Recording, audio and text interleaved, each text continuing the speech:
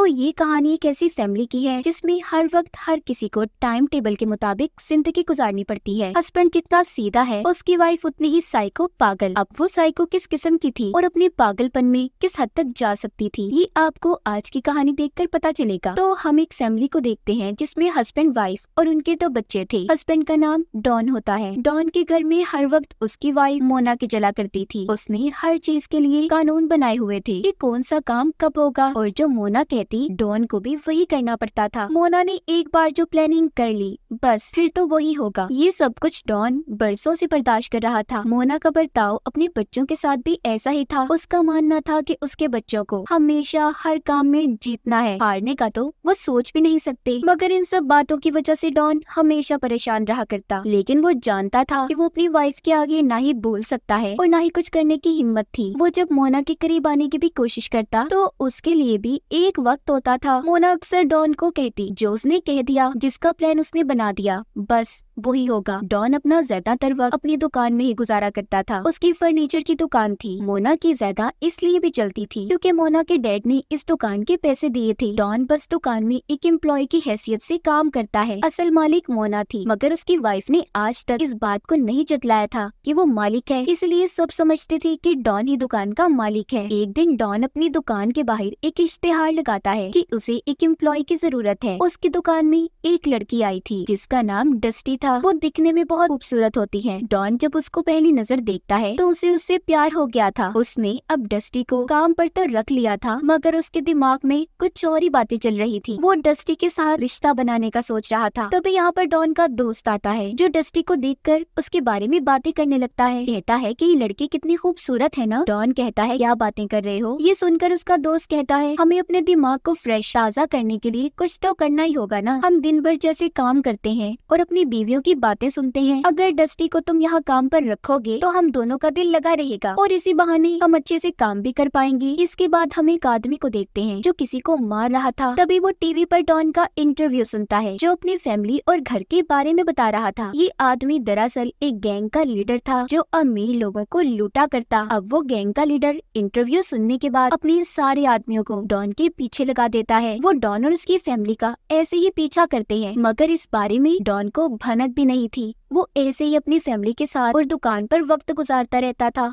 उसे इस बारे में कुछ भी नहीं पता था, बल्कि उसका तो आजकल ज्यादा ध्यान डस्टी पर रहने लगा था। उसका उससे अलग ही रिश्ता बन जाता है। डस्टी भी इस बात को जान गई थी कि डॉन उसे पसंद करने लगा है। अब घर पर मोना जब डॉन के करीब आने की कोशिश करती है, मगर वो डस्टी के साथ खुश रहने लगा था, इसलिए मोना को मना कर देता है। हर चीज अब डॉन के मुताबिक चल रही थी। एक दिन डॉन के घर पर पार्टी होती है तो उधर डस्टी भी आती है। वो एक बुरी खबर सुनाती है कि वो डॉन के बच्चे की माँ बनने वाली है। ये सुनकर तो डॉन हैरान हो गया था। डस्टी से कहता है, प्लीज कुछ करो, कुछ ऐसा करो, ऑपरेशन करवा लो और ये सब खत्म कर दो। मगर डस्टी कहती है, नहीं, मैं इस बच्चे को रखना चाहती हूँ। ये सब बातें जानने के बाद डॉन को अब पता चल चुका था कि आहिस्ता आहिस्ता उसकी परेशानियां बढ़ने वाली हैं, इसलिए वो अपने दोस्त के पास जाता है। सारी बातें सुनने के बाद उसका दोस्त कहता है, ऐसा करो कि तुम डस्टी को पैसे दे दो। देखो, मुझे तो ये लगता है जैसे वो तुम्हारी बात को मानना ही नहीं चाहती, तो समझ लो वो तुम्हें आगे आगे ब्लैकमेल करेगी। मुझे लगता है डस्टी ऐसी ही लड़की है। उधर हम डस्टी को देखते हैं जो कहीं पर जा रही थी। वो एक आदमी के पास जाती है। ये वही आदमी था जो अभी कुछ देर पहले किसी को मार रहा था और जिसने डॉन का इंटरव्यू सुनकर उसका पीछा भी किया था। तो यहाँ पर हमें पता चलता है कि डस्टी भी इसी गैंग का हिस्सा थी। गैंग का लीडर हमेशा एक अमीर आदमी को टारगेट करता, जिसके बाद उसके पास डस्टी को भेज देता था। फिर ये सब मिलकर उस आदमी को बेवकूफ बनाकर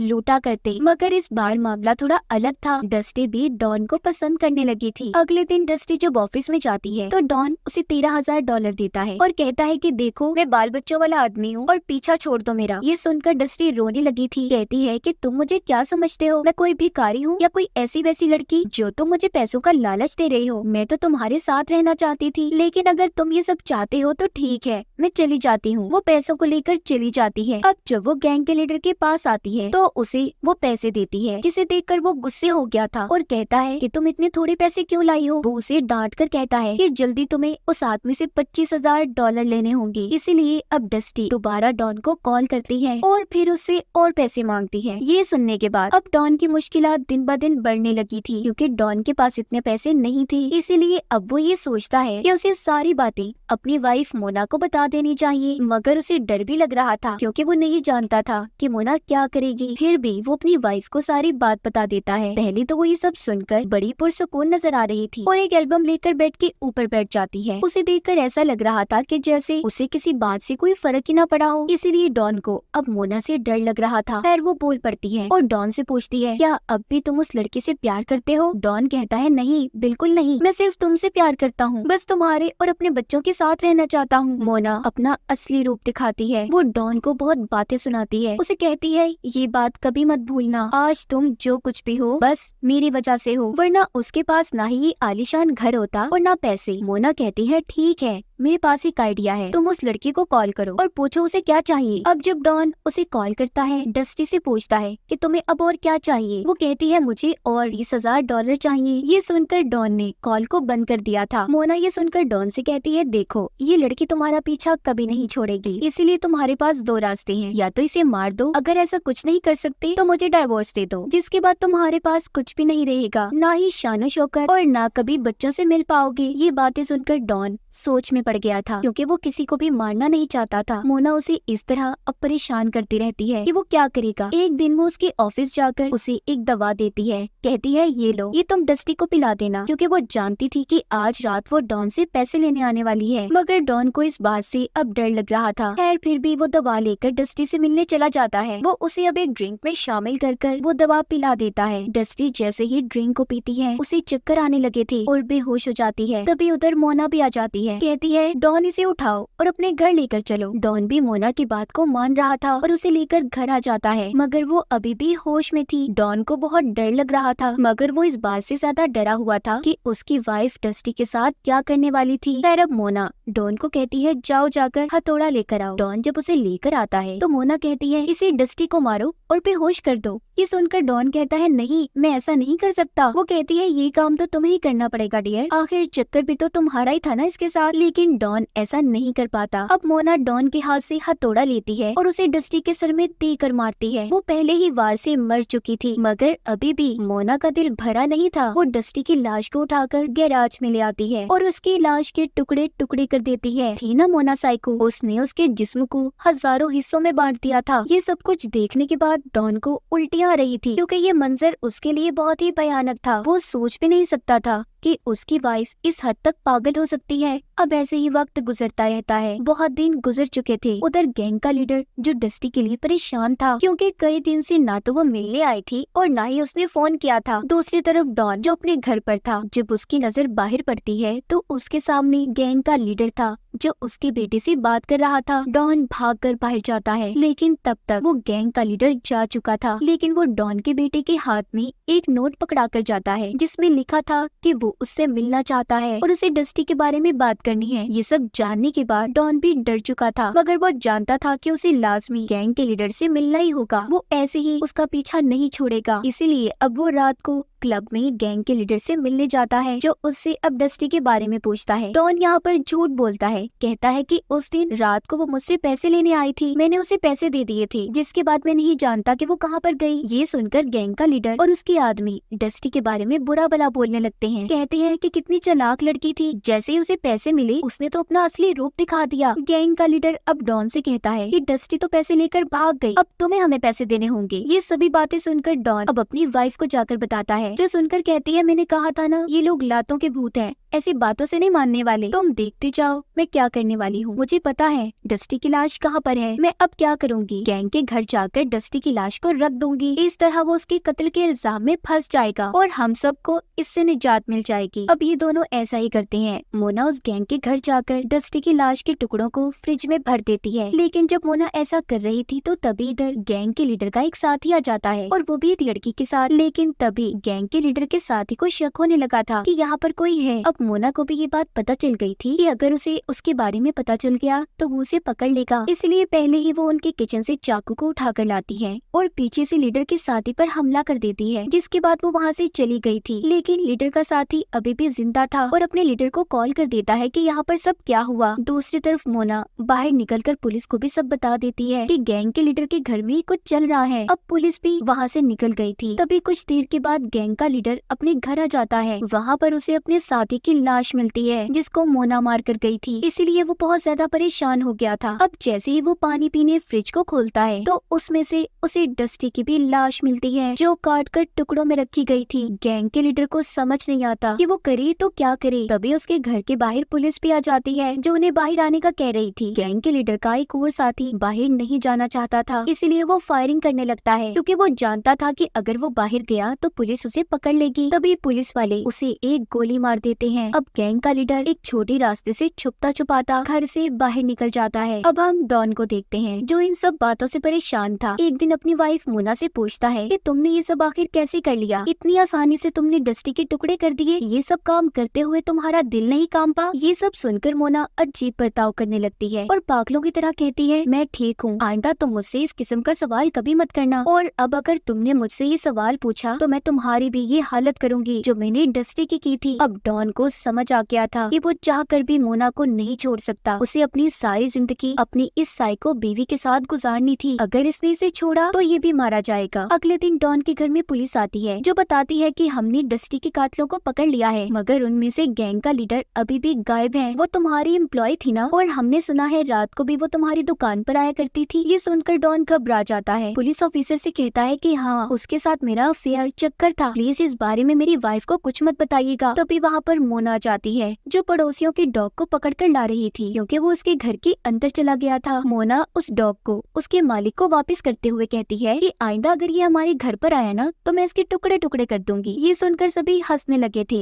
एक दिन डॉन के बेटे की पार्टी थी, सभी बहुत मजे कर रहे थे। जब अंदर जाकर डॉन फ्रिज को देखता है तो उसे पता चलता है कि उसके अंदर तो उसके पड़ोसी के डॉग की लाश पड़ी है जिसको मोना ने मार दिया था। मतलब वो उस दिन झूठ नहीं कह रही थी, उसने सच में डॉग के टुकड़े कर दिए थे। ये देखकर डॉन बहुत परेशान हो जाता है। बाहर पार्टी में एक गेम चल रही थी मगर मोना का बेटा बार बार हार रहा होता है। अब जिस बच्चे से वो हार रहा था मोना उसके मॉम डैड की बहुत बेइज्जती करती है। ये सब खड़ा डॉन भी देख रहा था। अब उसकी बेटी अपने भाई से गेम की स्टिक लेती है और वही करती है जैसा मोना चाहती थी, यानी कि उसकी मॉम। ये देखकर डॉन सोचता है कि मोना तो ऐसे उसकी बेटी को भी अपने जैसा बना देगी और कहीं उसके मासूम बेटी को भी पागल न कर दे। डॉन अब प्लान बनाता है, उसे अब मोना के साथ नहीं रहना था। वो घर के अंदर जाकर बिजली की सारी तारें निकाल देता है ताकि जैसे ही कोई लाइट जलाए एक शॉर्ट सर्किट हो, और फिर गैस के सिलेंडर को भी खोल देता है ताकि लाइट जलाकर आग लगे और गैस फैलने की वजह से बड़ा सा धमाका हो। अब वो बाहर आ जाता है और मोना को बुलाकर कहता है कि डियर, क्या तुम मेरे खाने के लिए फ्रिज से कुछ ला सकती हो। इसलिए मोना जब अंदर जाती है तो डॉन बाहर आ जाता है क्योंकि वो जानता था कि अब ब्लास्ट होने वाला है। अंदर मोना जैसे ही लाइट के बटन को दबाती है एक बहुत बड़ा ब्लास्ट होता है जिसमें मोना की मौत हो गई थी, बिल्कुल वैसी जैसे डॉन ने सोची थी। इसी तरह वक्त गुजर जाता है। हम डॉन को देखते हैं जो अपने दोनों बच्चों के साथ एक आलीशान महल में हंसी खुशी जिंदगी गुजार रहा था। अब वो पहले से ज्यादा अमीर हो गया था। उसे अपनी वाइफ के मरने के बाद इंश्योरेंस के पैसे भी मिले थे। सभी बहुत खुश थे क्योंकि इन्हें अब किसी टाइम टेबल के मुताबिक नहीं चलना पड़ता। डॉन ने अपने साथ साथ बच्चों की जिंदगी को भी आजाद कर दिया था। अब जब ये अपने बच्चों को लेकर गाड़ी में जा रहा था तभी हम यहाँ पर गैंग के लीडर को देखते हैं जो उसका पीछा करता है। वो अपनी बाइक पर था। वो सब जान चुका था कि डस्टी को डॉन ने और उसकी वाइफ ने मिलकर मारा था, इसीलिए वो डॉन की गाड़ी के पीछे 2 गोलियां चलाता है। आवाज सुनकर ऐसा लग रहा था कि शायद उसने डॉन को भी खत्म कर दिया। ये चीज हमें नहीं दिखाई जाती। तो ये थी कहानी एक साइको वाइफ की जो हद से ज्यादा पागल थी, मगर कहीं न कहीं वो डॉन से प्यार भी करती थी। इसीलिए वो उसे धमकी दिया करती कि अगर वो उसे छोड़कर गया तो वो उसे मार देगी। मगर मोना कहीं पर गलत थी। अगर सोचा जाए तो ऐसी जिंदगी कोई आदमी नहीं गुजार सकता जैसी मोना ने डॉन को दी। मगर डॉन ने भी मोना के साथ गलत किया, उसे मार दिया और आखिर में अपनी जान से भी गया। इसलिए कहा जाता है ना, जैसा करोगे वैसा भरोगे। तो इसी के साथ हमारी इस फिल्म की कहानी भी यहीं पर खत्म हो जाती है।